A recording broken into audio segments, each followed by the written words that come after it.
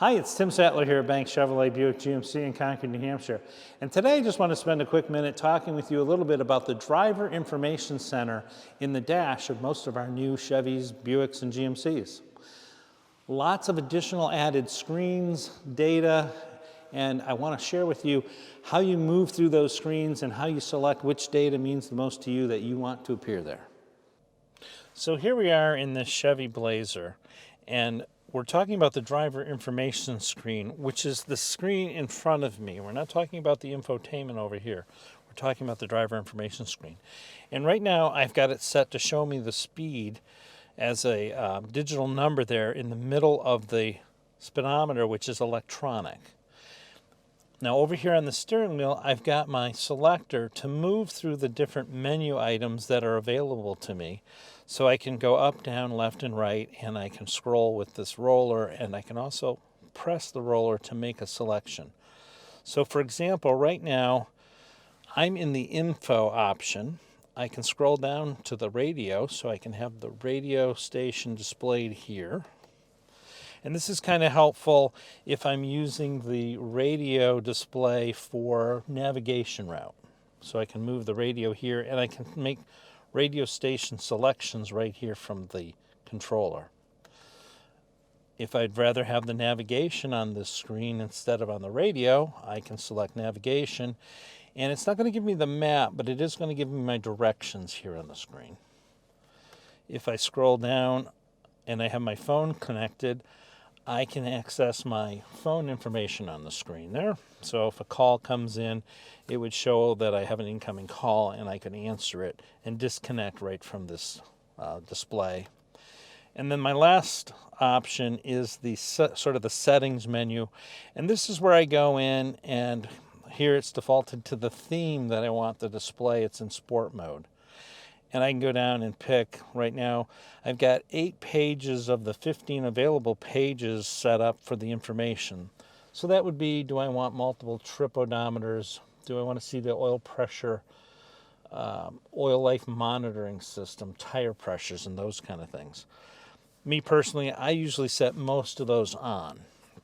And how I would do that would be I use the right button to pull up that menu. And these are all the items that are selected. You see the check marks along with them, and I can scroll down through. So here, I want to display the fuel economy, so I'm just going to select that. Do I want to display what the speed limit is in that screen? I can do that. And you see I have a number of other choices. I can set a speed alarm. So if these new cars run down the road so nice, maybe I want to set a speed alarm to inform me that I'm going faster than whatever that speed limit. I can manually set that in there. This open source software, they've designed the system so that you can download programming, and there's not a lot that you can do right now, but they're looking towards the future and making that available for future software. And then I can choose whether I want US or metric, standard or metric. So those are some of the screens that I have available there. And let me just go back. Let me just show you how I would set like a speed warning. So I want to enable that. So I've selected by pushing on the roller in the middle. And now I can set the speed I want. Whoops. Well, let me enable that, and then let me select the speed. And in New Hampshire, we have a lot of 70-mile-an-hour roads, so I'm going to set that for 75. So if the vehicle goes over 75, I'll get a little alarm that will chirp at me and let me know. And this car also has the safety alert seat, so some of the warnings can come to me right through the seat. And so those were up here. Those items I was just selecting are in the infotainment or info section. Sorry, not infotainment. And here's where I can scroll through those. So here's my trip odometer. I can reset that by pushing and holding. And I have 2, so I've got them both up there. And now fuel range, my instant fuel economy.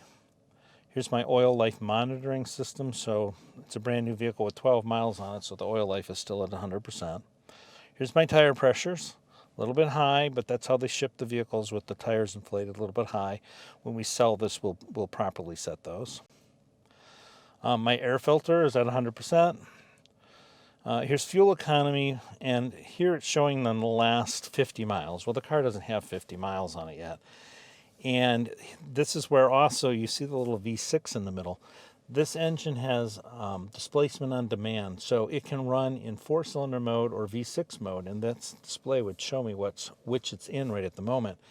And I'll be able to go in here and look at different fuel economies for my last 50 miles, my last 450 miles. So that data will calculate over time, and I'll display a wide range of information in that screen. And me being one who tries to get great fuel economy, I use this screen a lot. Timer, if I need to time how long I've been on the road, I've got that access. And then I've scrolled all the way back around to the speedometer.